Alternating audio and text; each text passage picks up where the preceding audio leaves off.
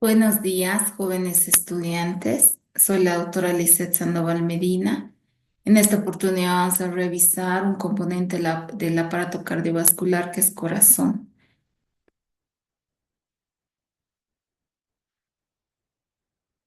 Los objetivos de aprendizaje son describir la ubicación, configuración interna, externa del corazón y el pericardio, explicar la circulación de la sangre a través del corazón y su importancia clínica, describir el sistema de conducción del corazón, describir el significado y el valor diagnóstico del electrocardiograma, describir las fases del ciclo cardíaco y lo que representa el gasto cardíaco. Describir cómo afecta el ejercicio a la función cardíaca y las enfermedades más importantes. Bien, el corazón late más o menos a 100.000 veces al día. Debe bombear a aproximadamente 100.000 kilómetros de vasos a través de los vasos sanguíneos. Bombea más o menos una proporción de 5 litros y bombea 5 millones de veces al año. En relación a su anatomía, el corazón contribuye a la hemostasis mediante el bombeo de sangre a través de los vasos sanguíneos hacia todos los tejidos del organismo para proporcionar oxígeno, nutrientes y eliminar desechos. Tiene un tamaño, es relativamente pequeño, pesa alrededor de 250 a 300 gramos. El tamaño es de 12 por 9 centímetros por 6 centímetros de ancho. La rama que estudia en el área médica es la cardiología.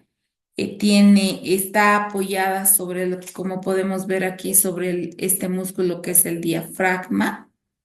Además, como les mencionaba, se encuentra dentro lo que está el mediastino, poquito lateralizado a la izquierda, más o menos en los 2 tercios lateralizados del mediastino. Tiene forma eh, cónica con una base superior y un vértice inferior. Además de eso, en la parte anterior va a estar relacionada con el esternón. En la parte posterior va a estar relacionada con la columna vertebral.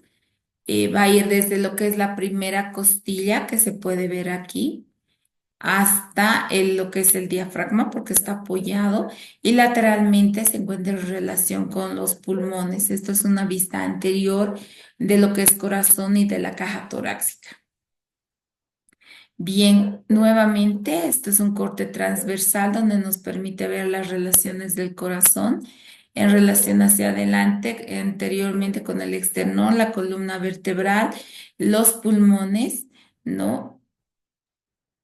Y vamos a tener que tiene, así como tiene una base, un vértice, tiene lados o, o que los denominamos bordes, ¿no? Un borde derecho que va a ir a estar relacionada con el pulmón derecho y un borde izquierdo que está relacionado con el borde pulmonar izquierdo. Vamos a ver que el corazón está revestido por una membrana que rodea y lo protege, que es el pericardio. El pericardio es una membrana bastante dura, mantiene en posición al corazón y también, además de mantener una posición, le permite dar cierto movimiento. Este movimiento es importante porque el corazón funciona permanentemente.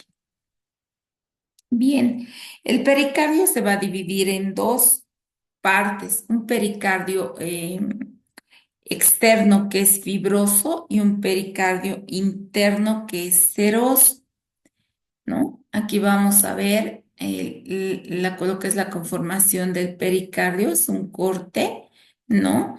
Que nos permite evaluar eso. Vamos a ver también que el pericardio fibroso es más superficial, que se lo puede ver aquí, ¿ya? Está conformado por tejido conectivo denso y regular que es poco elástico, pero es muy resistente. Y en sus extremos se va a continuar con los vasos sanguíneos. ¿Cuál es su función? Evita la distensión excesiva del corazón, lo protege y lo sostiene. Y está fusionado en la punta a lo que es el diafragma mediante un tendón. El pericardio seroso es más profundo. Al ser más profundo es más delgado y tiene una doble capa. Una capa visceral que es interna y una capa parietal que es externa. La capa visceral interna se lo conoce como epicardio. Vamos a ver que en medio de ambos existe un líquido seroso que es producido por las células pericárdicas, que es el líquido pericárdico. Este líquido pericárdico va a permitir disminuir la fricción y le va a permitir formar lo que es esto, que puede que ustedes ven aquí, que es la cavidad pericárdica. Cuando existe una inflamación de esta membrana, se denomina pericarditis. Y como puede haber y tenemos la conformación de esta cavidad pericárdica, cuando esta cavidad se llena de líquido, se denomina taponamiento cardíaco. Este pues es importante. ¿Por qué? Porque la función del pericardio es disminuir la fricción. También vamos a ver las capas de la pared cardíaca. La pared cardíaca tiene tres capas que se las pueden ver aquí. La capa más externa, que es el epicardio, ¿ya? Esta capa externa es una capa visceral que está conformado por pericardio seroso. Este está conformado por tejido fibroelástico y tejido adiposo. Después tenemos aquí al miocardio o músculo cardíaco como tal, que tiene la acción de bombeo.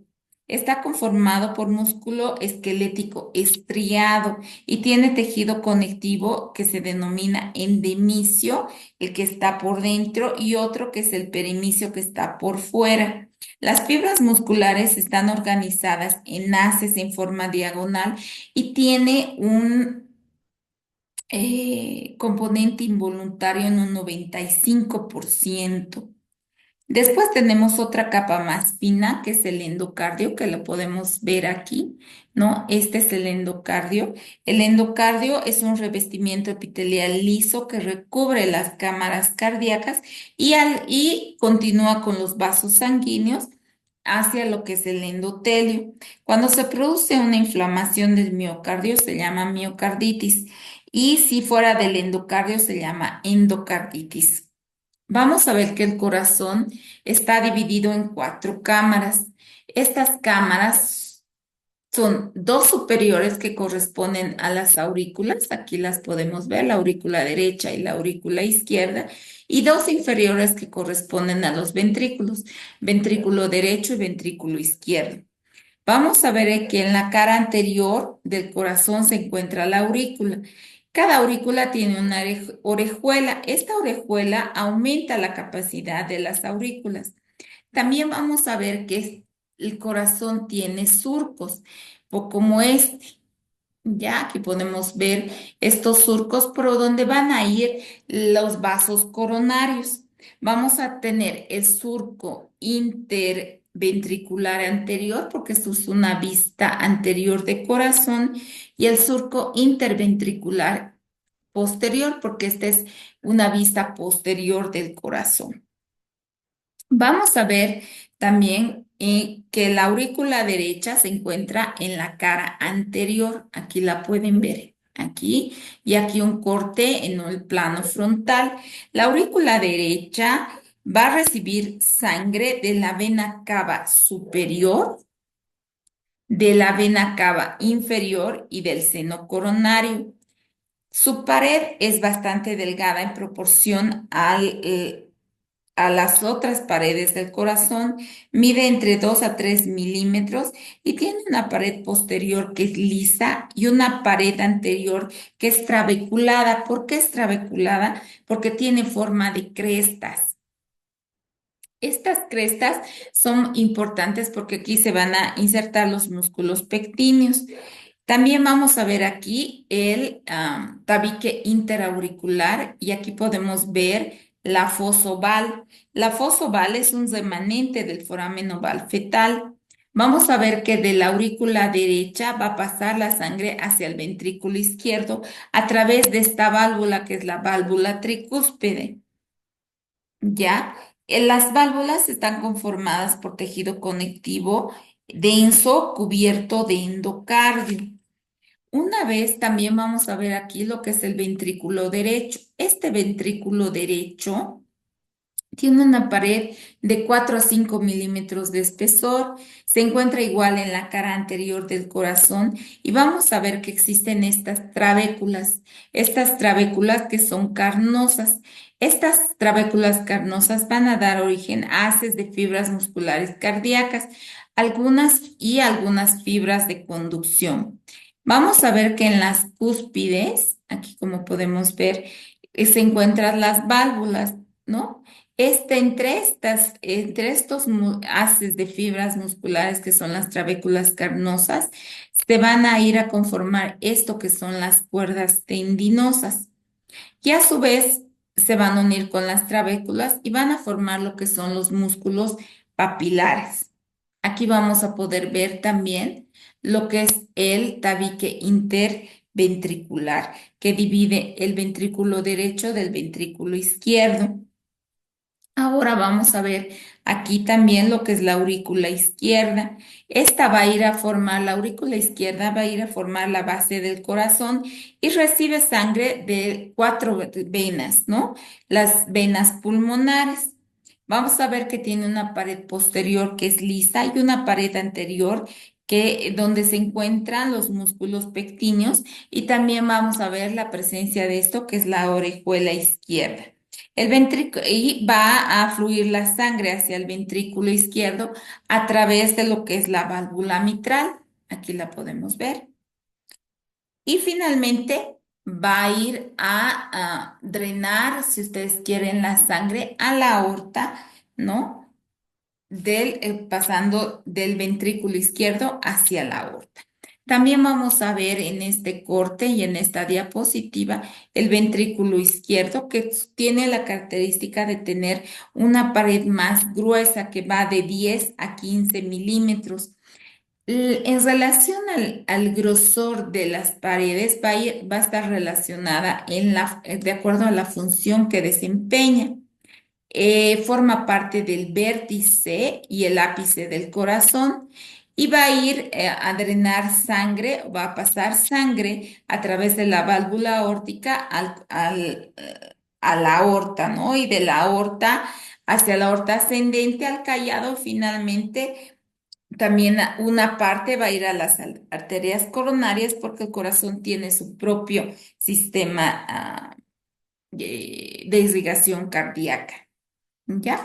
Una vez que vaya a la aorta ascendente, va a pasar por el callado aórtico y finalmente a la aorta descendente, y va a ir a todo lo que va a ir a conformar el organismo.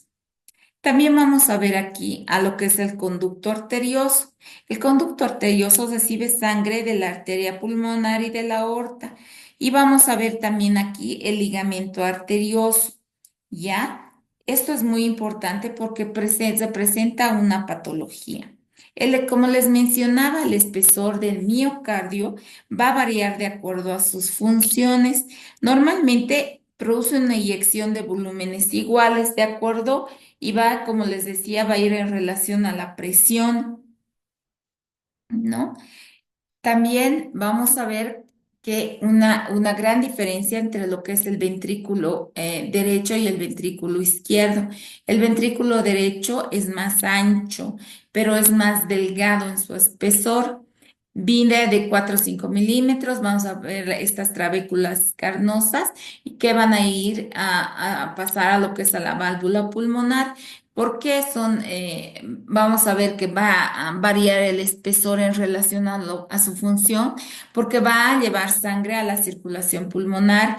Esta circulación es de menor distancia, de menor presión y de menor resistencia, a diferencia del ventrículo izquierdo, que tiene un mayor espesor, de mayor grosor, como pueden ver. Vamos a ver aquí la presencia de las trabéculas carnosas y que va a drenar a través de la válvula aórtica hacia la aorta a la circulación sistémica. Esta circulación sistémica es de mayor distancia, de mayor presión y de mayor resistencia. Vamos a ver también que existe un esqueleto fibroso. Este esqueleto fibroso contiene tejido conectivo denso y que va a ir a formar cuatro anillos de tejido conectivo denso que van a rodear las válvulas. Este es el anillo fibroso pulmonar, el anillo fibroso auriculoventricular, ya que va a proteger lo que es a la válvula bicúspide y a la válvula tricúspide, y este otro anillo que es el anillo fibroso aórtico. ¿Cuál es la función de este anillo? Como les decía, está conformado por tejido conectivo densos, va a dar sostén y estructura valvular, evita la sobredistensión valvular, viene a representar un punto de inserción de los músculos miocárdicos, es un aislante eléctrico entre las aurículas y los ventrículos y también evita la sobredistensión valvular. Ahora vamos a ver que las válvulas y la circulación de la sangre eyecta por diferentes gradientes de volumen. Establece un flujo unidireccional que cierra y este evita que existe un reflujo. Entonces existe un funcionamiento valvular auriculoventricular dada por la válvula mitral y la válvula tricúspide. Estas se abren y se cierran en relación a la relajación de los músculos papilares y de las cuerdas tendinosas. A mayor presión se van a abrir y a menor presión se van a cerrar. Cuando existe una lesión a nivel valvular, como por ejemplo en el caso de la fiebre reumática, no se va a permitir el cierre total de la válvula y va a haber en este caso o un cierre total en el caso de estenosis o una insuficiencia o una incompetencia valvular donde existe una regurgitación y un prolapso, es decir, cuando se dañan estas válvulas. El funcionamiento de las válvulas semilunares, perdón, que es la aórtica y la pulmonar, se va a dar a través de tres válvulas que tienen aspecto de media luna, por eso se llaman semilunares. Tiene un borde convexo que es externo y el incremento de la presión cierra las cámaras. Cabe mencionar que no hay válvulas que resguarden los orificios de las venas, sobre todo lo que son la vena cava superior e inferior y de las venas pulmonares. No tienen válvulas. Ahora vamos a hablar de lo que son la circulación pulmonar y la circulación sistémica. Son dos circuitos cerrados, ¿ya? Aquí se ve representado la circulación pulmonar, ¿no? Que lleva sangre desoxigenada hacia los pulmones. Entonces vamos a empezar aquí con lo que es la aurícula derecha. Como les mencionaba, recibe sangre desoxigenada que va a ir de los capilares de lo que es a conformar el seno coronario, va a recibir de la vena cava inferior y de la vena cava superior hacia la aurícula derecha. A través de la válvula tricúspide va a pasar hacia el ventrículo derecho.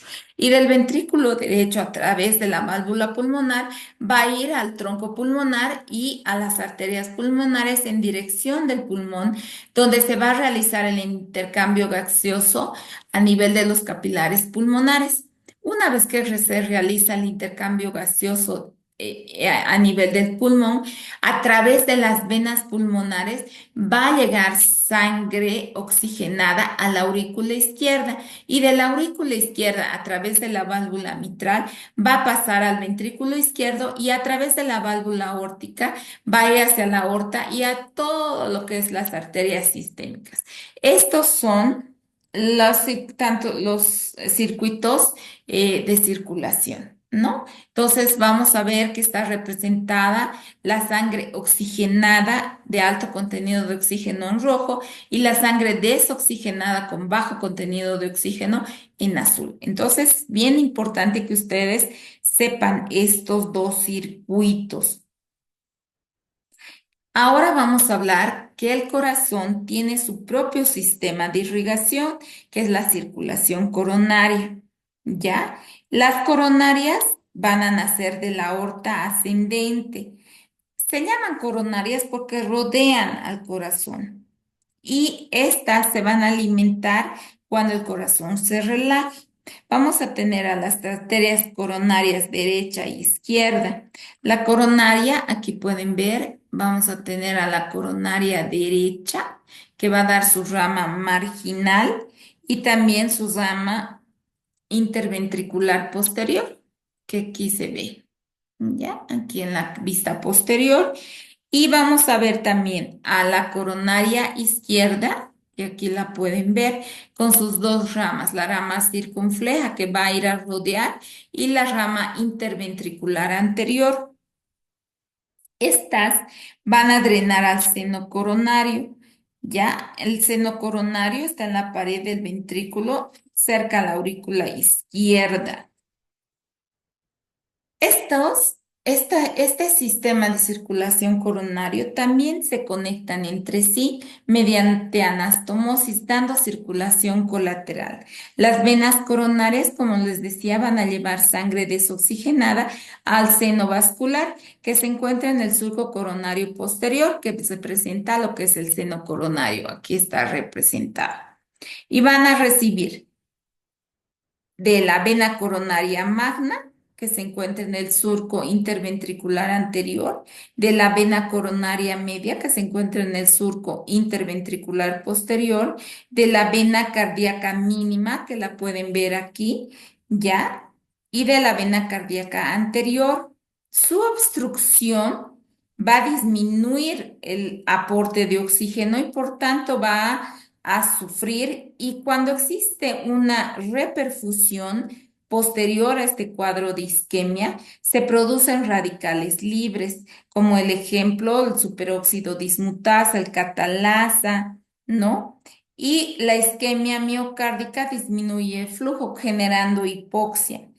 Ya, esto es importante ya que la fibra miocárdica no puede estar sin alimento, sin irrigación sanguínea. Entonces, la hipoxia genera, de por sí ya la reperfusión posterior va a generar radicales libres, ¿no? Por las mismas características que tiene la fibra miocárdica. Histológicamente, la fibra miocárdica se va a caracterizar ¿por qué? Porque sus fibras, como pueden ver, son más cortas en relación a la fibra esquelética. Son de forma circular, como pueden ver, y tiene se presenta en forma de ramificación como si fueran peldaños. Aquí esta diapositiva muestra bastante bien. Son más pequeñas, tienen la característica de tener un solo núcleo, como pueden observar acá, y se contraen al unísono, es decir, al mismo tiempo. Vamos a ver la presencia de estas sustancias que son los desmosomas y las uniones comunicantes, que estas se dan a nivel de los discos intercalares.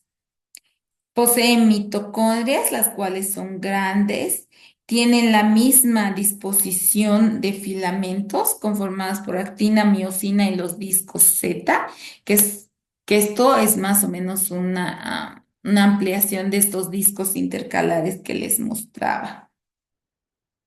Y cabe mencionar que estas fibras tienen menor reserva de calcio, por lo tanto, es importante este dato. Vamos a ver también que existen fibras autorrítmicas. Estas fibras autorrítmicas son los que van a dar el sistema de conducción que tiene, perdón, tiene una actividad cardíaca intrínseca y rítmica. Estas fibras autorrítmicas son autoexcitables. Al ser autoexcitables generan un potencial de acción. Este potencial de acción es de forma repetitiva y cumplen dos funciones.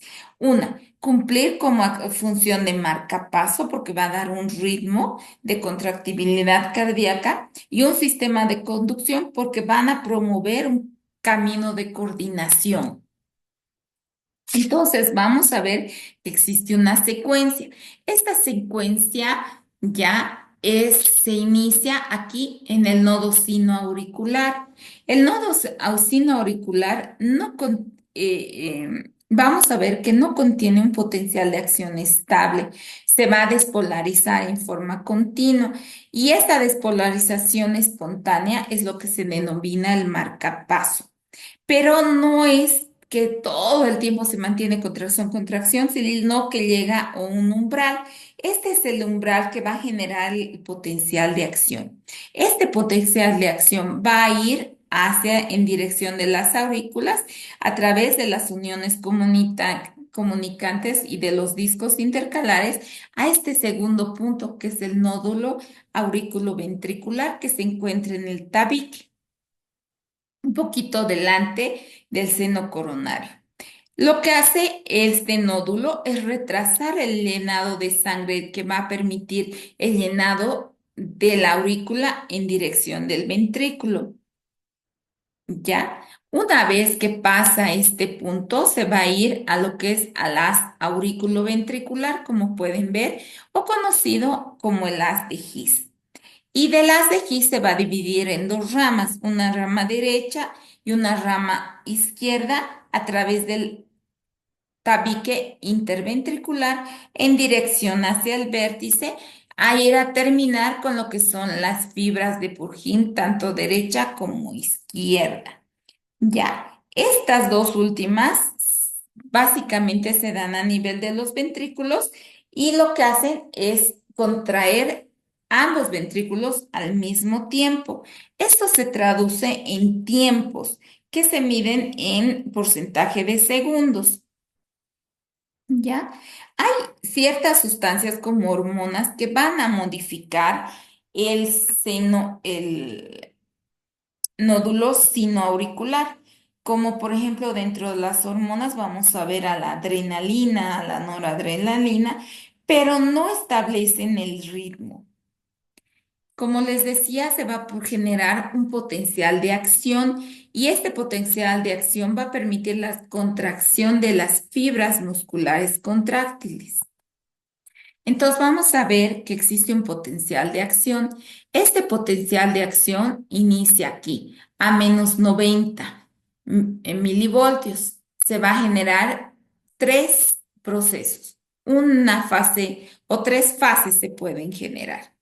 Una fase de despolarización, la cual es rápida y se debe al ingreso de sodio cuando se abren los canales rápidos dependientes de voltaje para que ingrese el sodio. Este va a llegar a más 20 milivoltios.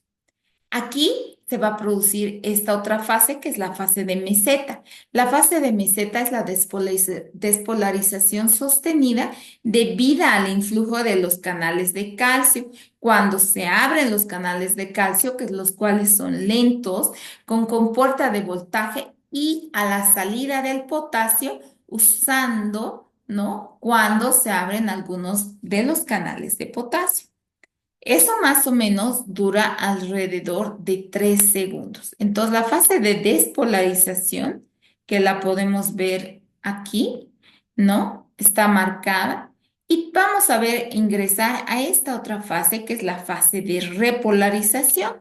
La fase de repolarización es debida al cierre de los canales de calcio que se han abierto y a la salida del potasio. Cuando se abren los canales de potasio, con puerta de voltaje para volver a retornar a menos 90 milivoltios. ¿Ya? Todo este componente se denomina periodo refractario, es decir, este periodo refractario no permite que nuevamente se produzca otro ciclo, ¿no? Y eso que se va a ir a componer lo que es la contracción del corazón. Entonces es importante que ustedes sepan esto que tiene tres fases, el potencial de acción, una fase de despolarización que es rápida, una fase de meseta, que es una despolarización sostenida, y una fase de repolarización donde se abren los canales de potasio, ¿no? Para que salga y que esto va a ser todo un ciclo en relación al potencial de acción. El periodo refractario no puede generarse otro ciclo de contracción. Entonces, este periodo de refractario es el que evita que se produzcan alteraciones durante el ciclo cardíaco. Cabe mencionar que la conformación o producción de ATP es de forma anaerobia y se da gracias a la acción de la mioglobina. ¿Ya? Al igual que la acción de la mioglobina, existe otra sustancia que es la creatinsinasa o CPK, que esta es importante porque estas solamente forman las células cardíacas. Este potencial de acción que hemos visto se puede medir, este potencial de acción se puede medir, ¿ya? Esta corriente eléctrica puede ser detectada hacia la superficie gracias a un aparato que es el electrocardiógrafo, que del electrocardiógrafo tiene derivaciones precordiales con 12 trazados y determinan cuatro alteraciones. Por un lado, van a determinar el sistema de conducción alterado del corazón, si el corazón está agrandado, si hay regiones dañadas del corazón y cuáles son las causas probables de precordialgia. Vamos a ver que existen tres ondas en el electrocardiograma y estas ondas se van a ver y se van a medir en relación a voltajes que pueden ver aquí en proporción a milivoltios y a los segundos, ¿ya? Vamos a ver que todo el complejo QRS dura más o menos 0,6 segundos, miento, 0,8 segundos. Y estas ondas, vamos a tener esta primera, que es la onda P, que es la onda de despolarización auricular. El complejo QRS, dado por esta deflexión negativa que presenta, ¿ya? Que es la despolarización ventricular rápida. Y finalmente, la presencia de esta onda T, que es la deflexión, que tiene una deflexión positiva, que es abovedada, que se presenta la repolarización ventricular. Es la característica que tiene esta onda T es que es más pequeña y más ancha. También va a medirse en intervalos o en segmentos. Este es el primer segmento o intervalo, que es el intervalo PQ, el intervalo ST y el intervalo QT. Ya. Entonces vamos a ver estos tres intervalos, el intervalo PQ, el intervalo QT y el intervalo ST o segmento ST. También podemos monitorizar no solamente en un corto periodo de tiempo, que son segundos, también podemos ir monitorizando, tenemos electrocardiogramas que se denominan Holters, que pueden ser de 24, 48, 72 horas, para ver la correlación electrocardiograma que se produce en este periodo de tiempo, ver qué alteraciones se han presentado y así poder ver también cuánto ha sido la frecuencia según el tiempo y el horario. Entonces, vamos a ver que existen periodos. Por ejemplo, aquí en el intervalo PQ, vamos a ver que es de 0 a 0,2. El intervalo de QT va a ser de 0,2 a 0,6. Y también un valor a lo que es el segmento ST. ¿Ya? Entonces vamos a ver que va a ir desde 0,2 a 0,8 segundos. Entonces nosotros podemos ver la fase de lo que vendría a ser la fase de despolarización, la fase de meseta y la fase de repolarización ventricular principalmente, ¿no? Que se da entre lo que es la contracción auricular y la contracción ventricular. Esto visto en esta, como pueden ver en esta diapositiva que representa el electrocardiograma. Ahora vamos a ver lo que es el ciclo cardíaco. El ciclo cardíaco se va a dividir en dos, en lo que es la sístole y la diástole. La sístole es tanto la contracción auricular y ventricular. Vamos a ver en inicio que la contracción auricular va a contribuir más o menos con 25 ml de sangre a un volumen ya existente. Después, en relación a la ventricular, que dura más o menos 0,3 segundos, donde se va a presentar una circulación isovolumétrica. Esta contracción isovolumétrica es porque las fibras la contracción de las fibras no se acortan, el volumen es permanente y es constante y va a producir una eyección de 80 ml en el ventrículo izquierdo y de 20 ml en el ventrículo derecho y un volumen al fin de la sístole de 60 ml. ¿Ya? Entonces aquí podemos ver claramente lo que es la sístole auricular, la sístole ventricular y el periodo de relajación que hemos visto ya en la diapositiva anterior expresada en el electrocardiograma.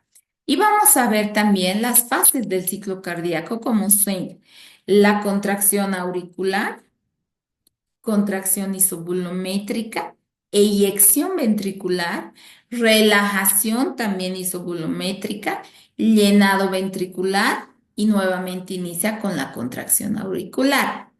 Dentro de lo que es el ciclo cardíaco en la fase de diástole, que dura 0,4 segundos, existe un incremento de presión y al tener un incremento de presión en el nivel auricular se va a ir a conformar lo que es el llenado ventricular.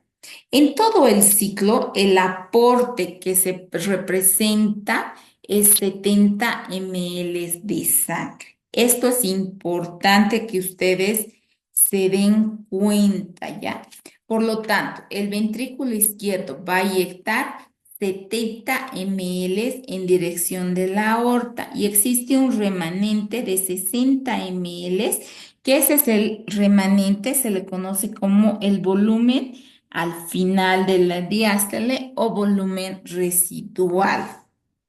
Entonces, el gasto cardíaco va a estar dado por el volumen sistólico. El volumen sistólico es más o menos de 70 ml, dado por la frecuencia cardíaca, que lo normal es de 60 a 100. Entonces, más o menos va a dar un volumen de sangre entre 5 a 6 litros, dependiendo si es varón o mujer. El volumen sistólico va a ser dependiente de lo que es la precarga, ¿no? De la cantidad de sangre que llega, de la contractibilidad del corazón, de cuánto puede el corazón bombear esta precarga y de la poscarga, que es la resistencia que debe vencer la contractibilidad cardíaca para que ese volumen de sangre vaya a lo que es a la irrigación de la circulación sistémica. También es importante mencionar que la frecuencia cardíaca va a estar controlada por el sistema nervioso autónomo por factores químicos y otros, ¿no? Como ser efecto de la adrenalina, la noradrenalina y otros dentro de ellos. Bien, vamos a ver que tenemos una regulación del gasto y de la frecuencia cardíaca. Existe un sistema de regulación. Este sistema de regulación está en el centro cardiovascular. vamos a ver que existen aferencias al centro cardiovascular. Estas aferencias están dadas desde los centros cerebrales superiores, como ser la corteza cerebral, el sistema límbico y el hipotálamo, y desde los receptores sensitivos. Estos son los propioceptores que controlan los movimientos, los quimiorreceptores que controlan la química sanguínea y los vasoreceptores que controlan la tensión arterial. Entonces van a ir a este centro cardiovascular y finalmente vamos a tener eferencias hacia el corazón. Son los nervios estimulantes cardíacos, acción simpática, y los nervios vagos como el décimo par craneal y el parasimpático. Estos nervios estimulantes cardíacos ¿qué van a realizar? Un aumento de la frecuencia de despolarización espontánea del nodo sinoauricular, ¿no? Y principalmente en el nodo auriculoventricular, lo que va a incrementar la frecuencia cardíaca. El aumento de la contractibilidad en las aurículas va a aumentar el volumen sistólico y la disminución de la frecuencia de despolarización del nodo sinoauricular y en el nodo auriculoventricular va a disminuir la frecuencia cardíaca. Entonces, ese es el sistema de regulación del gasto y de la frecuencia cardíaca. ¿Cómo se regula el gasto cardíaco? Aquí podemos ver, existe un aumento de volumen al final de la diástole, lo que genera un estiramiento del corazón. Esto genera un aumento de la precarga, es decir, llega más sangre. Dentro de ciertos límites, las fibras cardíacas se van a contraer con mayor fuerza con el estiramiento y esto es debido a la ley de Frank-Starling del corazón, lo que produce un aumento, ¿no?, del volumen sistólico. ¿Ya?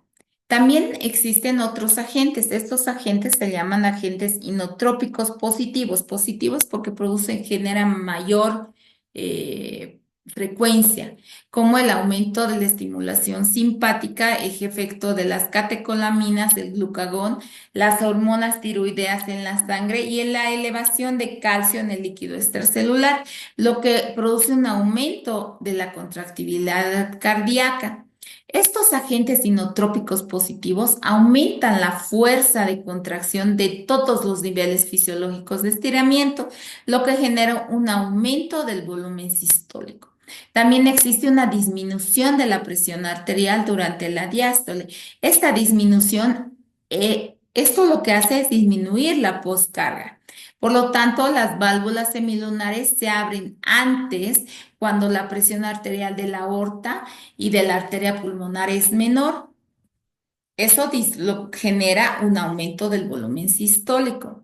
Es también otro efecto es el aumento del estímulo simpático y disminución del tono parasimpático. Esto está dado por el sistema nervioso. En el centro cardiovascular que se encuentra a nivel del bulbo raquídeo, va a recibir aferencias desde la corteza cerebral, el sistema límbico y todo lo que son acciones propioceptores, vasoreceptores y quimiorreceptores. Esto van a generar un aumento de la frecuencia cardíaca.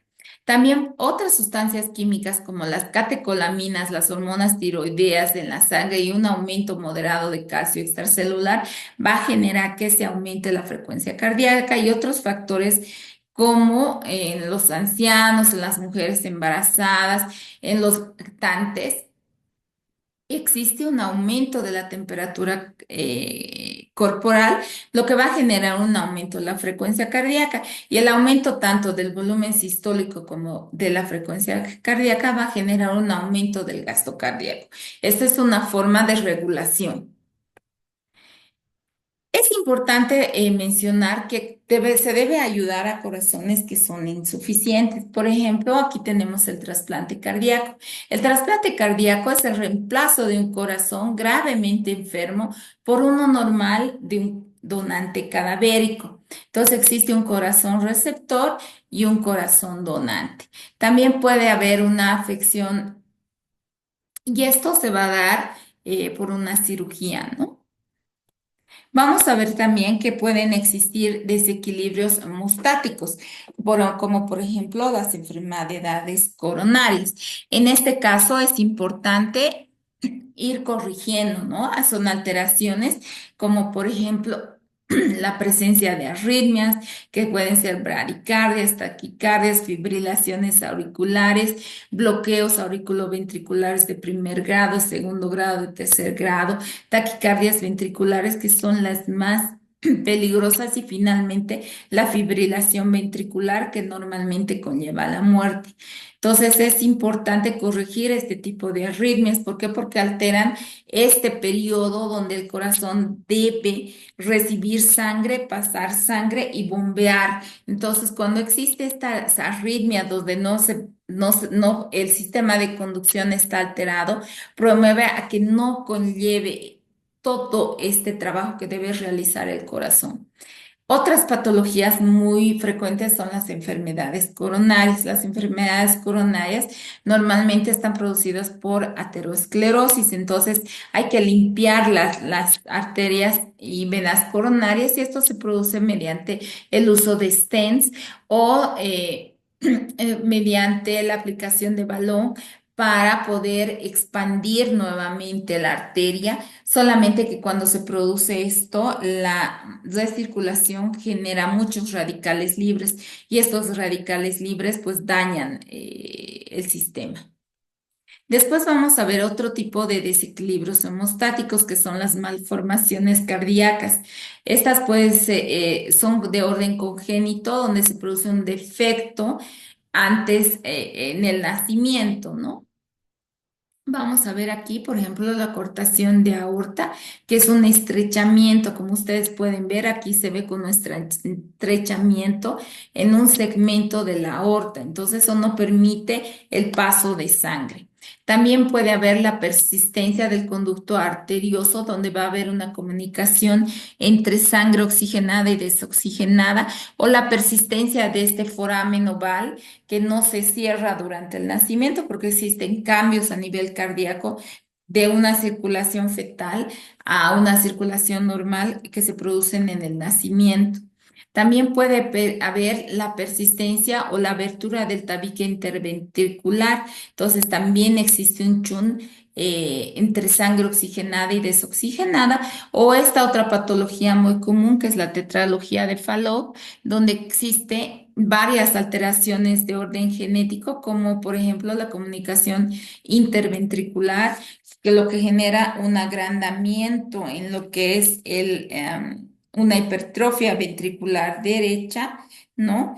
Que va a generar igual alteraciones de flujo, la presencia de